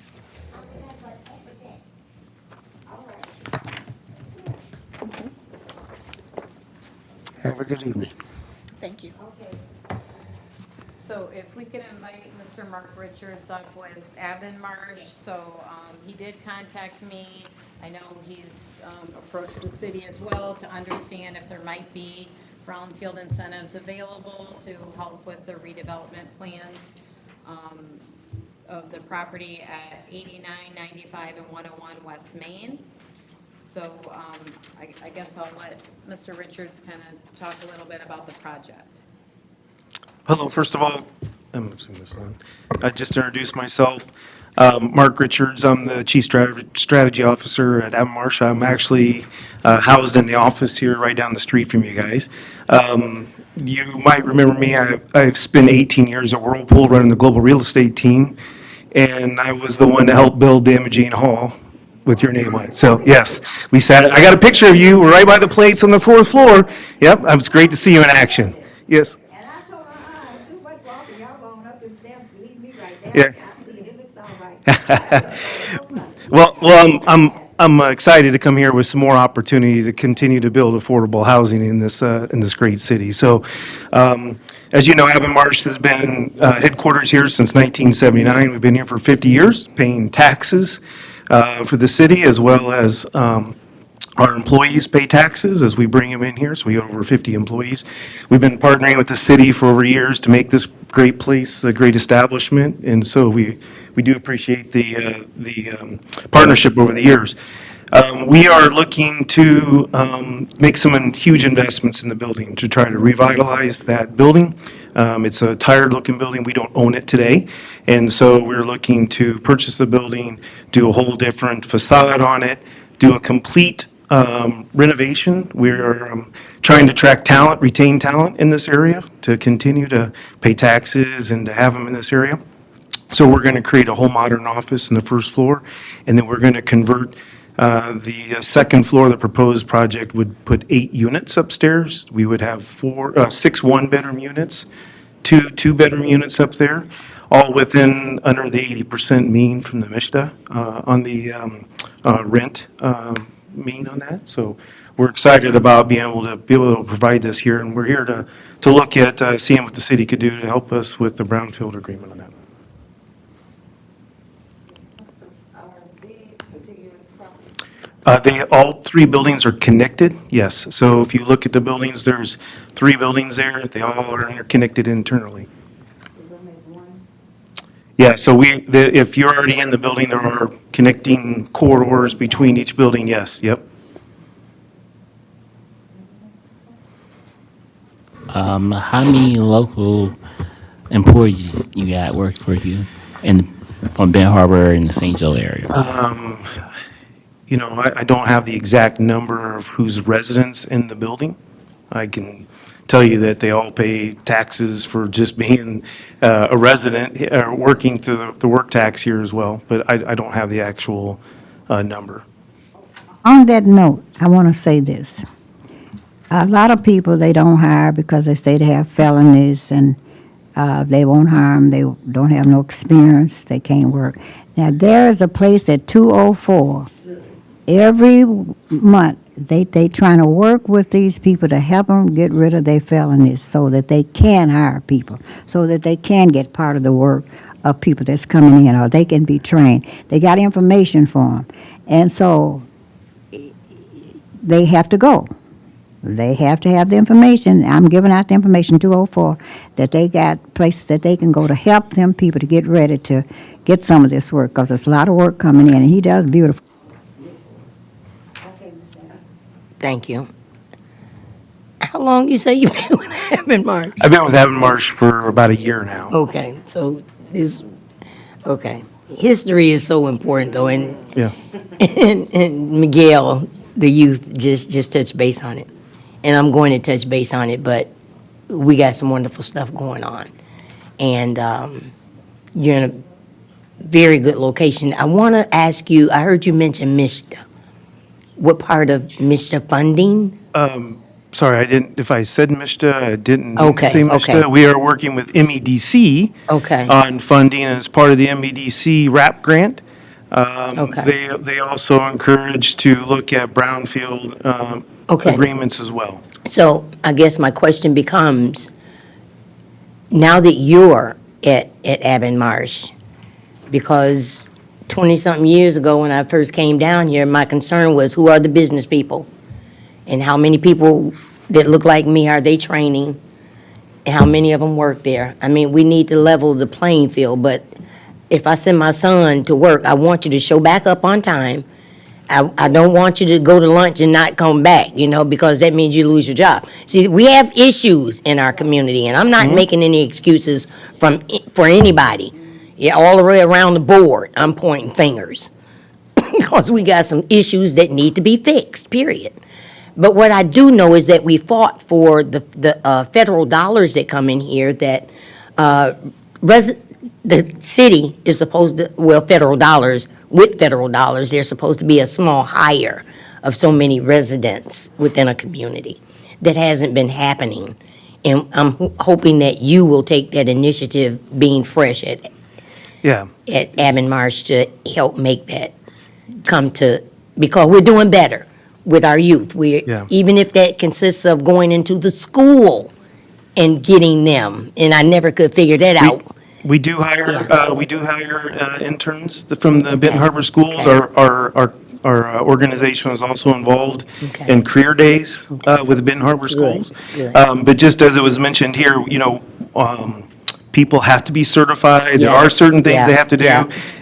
We don't Yeah. drive big trucks, but we Yeah. do use in our construction Yeah. testing, things like that. Yeah. There are dangerous things we have to use. Yeah, and we do I that, and just we have to be wanted to certified. mention that Yep. because I Yep. did hear our Yep. governor mention that she was going to try to do things to make things more accessible for entrepreneurship, to get rid of some of the red tape, and I'm just hoping that your line of work when it comes to architectural stuff that applies as well, but thank you. No problem. Thank you. Now, here it says that you don't know, or it's unknown whether or not you're an enterprise or Amazon zone. But do you know, Mr. Miller? I'm sorry. I don't think there's a, What was the question here? Do you know whether or not these properties that they want to develop or refurbish are in an enterprise or Renaissance zone? No, we don't have those anymore. yeah, that's what I was unknown. I wasn't sure what the timeline was on that, so when I filled it, I wasn't sure. Okay, and also, it says that you've been operating on the property for more than 45 days, but you are not protected from the BEA. What's the BEA? That's that liability protection document we talked about earlier. When someone's going to acquire a property in Michigan, that's the mechanism that we have. Where in Michigan, you're not required to clean up a property if you have contamination that you didn't cause, but you have to do your proper due diligence. And that would be, you do a phase 1, you do a phase 2, you do a BEA, you file it with the state within 45 days of closing, and then that protects the current property owner or the purchasing entity from liability. So, you are not straight. We haven't filed it for it yet. Matter of fact, we were talking about, one of the things as part of the improvement, we were wanting to remediate the work that was the brownfield that was found during the phase 1. So we had discussed whether or not we should still continue to file the BEA or not, since we were going to look at taking the opportunity to repair that as part of the project cost. Okay, I just wanted to offer the comment that I think this is an excellent project for the city. It's a continuance and expansion of living downtown that's starting to take place. It's going to benefit the city. We have established a social district in downtown. You've got the DDA and Art District, and all of this just helps to promote and move the city forward. I think it's a very good idea. But what I'm asking about this BEA is, basically, I guess what I'm getting to is that if you're protected from it, you go through the process, and you're protected from it, can you at some later point come back and say, oh, well, we know there's contamination here, and we bought it from the city and they need to clean it up? Or we bought it from XYZ and now they need to clean it up because we discovered whatever, I don't know. Can that happen? Well, in answer to your question, you can file a BEA, you can still absolutely clean it up. There's never anyone that will say you're not allowed to clean it up. That's always encouraged. I forgot the second part of your question. If they're protected, if now, I know that the contamination's there, and I go through the steps, because I'm not gonna clean it up, and I protect it from somebody coming to me to clean it up, can at some later point, you go after somebody else to clean it up? No, I think we've Go been, back to the city and say, oh, we know it's there, and now it's. There's different mechanisms too. It's like, are you culpable, liable? Like, did you cause it? Or are you just liable because you bought the property and you didn't do your due diligence? So there's a lot of nuances to that. But every property owner, whether you filed a BEA or not, you still have due care responsibilities.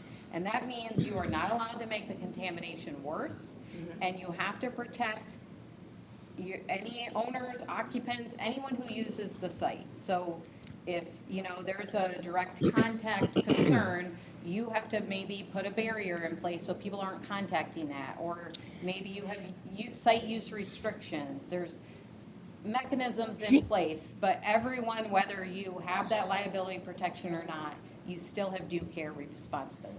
Okay, and so somebody comes to that property, you know that it's contaminated, something happens to them, who do they sue?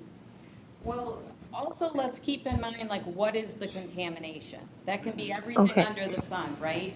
So we're specifically talking about things, typically soil, groundwater, or soil gas that is above Part 201, generic residential cleanup criteria. So there's a REPA statute that defines these terminologies, and there's specific criteria that if you're above that, sometimes you can be above that with metals that we have naturally occurring in Michigan.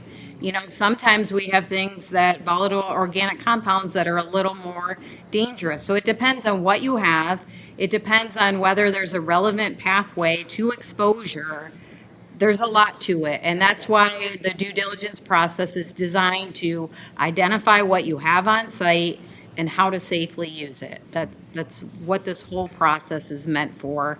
It does take experts, like we're talking about for every other field, to evaluate, assess, recommend how to use the property safely, go through that whole process.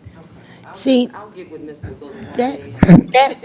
And I might was my add, question. just as a point of clarification, I heard earlier the discussion was going on where, and somehow somebody drew out of that the property being talked about at that time was bought from the city.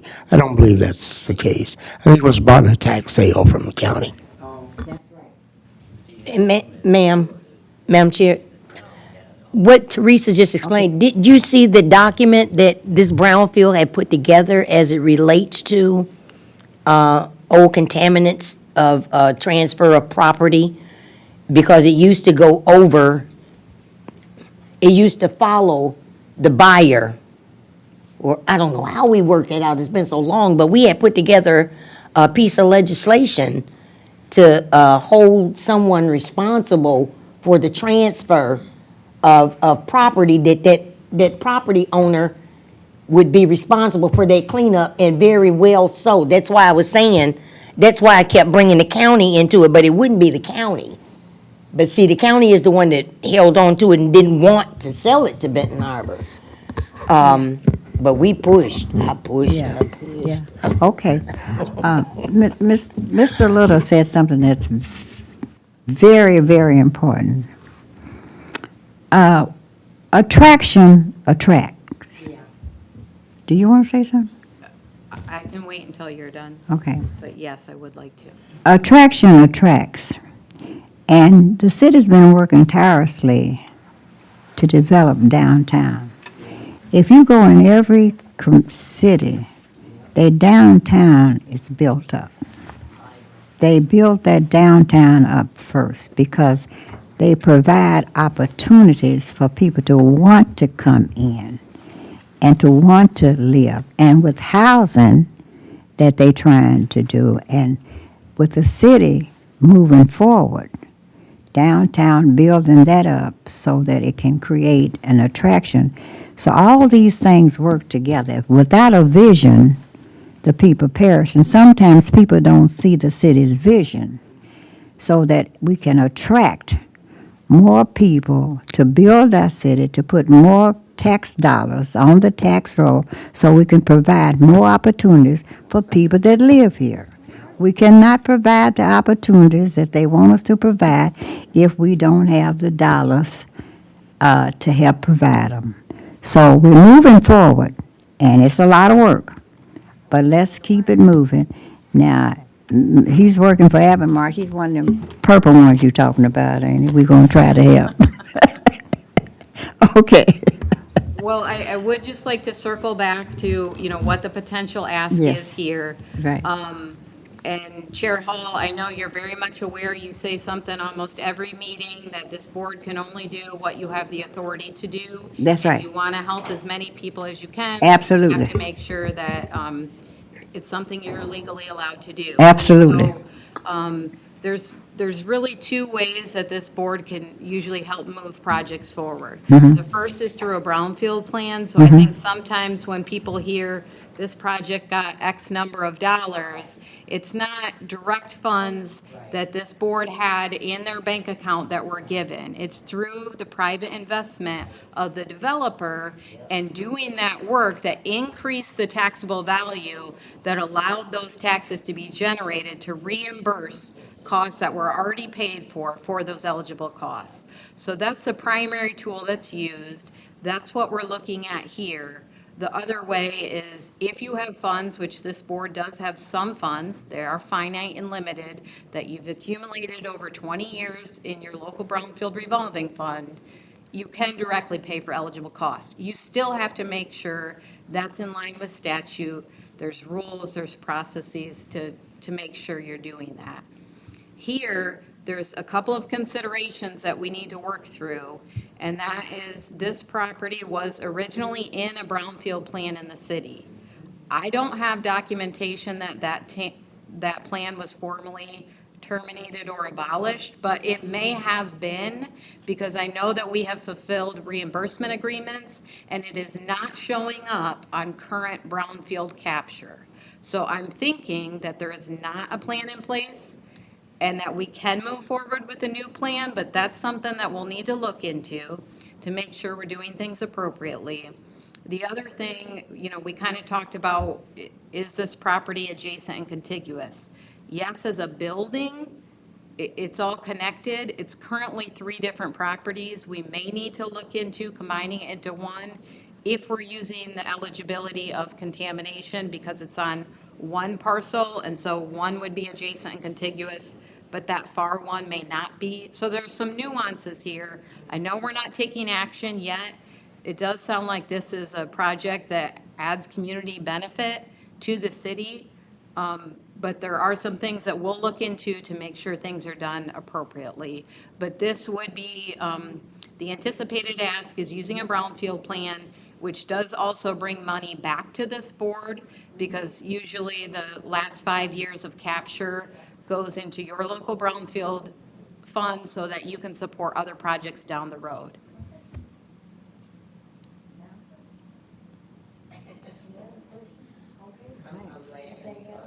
I'm going to be coming back with some pictures. For future meetings, is it possible we could set a time limit? Yes. Absolutely. I don't know why she's saying yes. She's the one that keeps this book. I'm a board member. Oh, you? I'm a authority board member. Yeah, but say what? We need time limits. And we would have to time you this all right.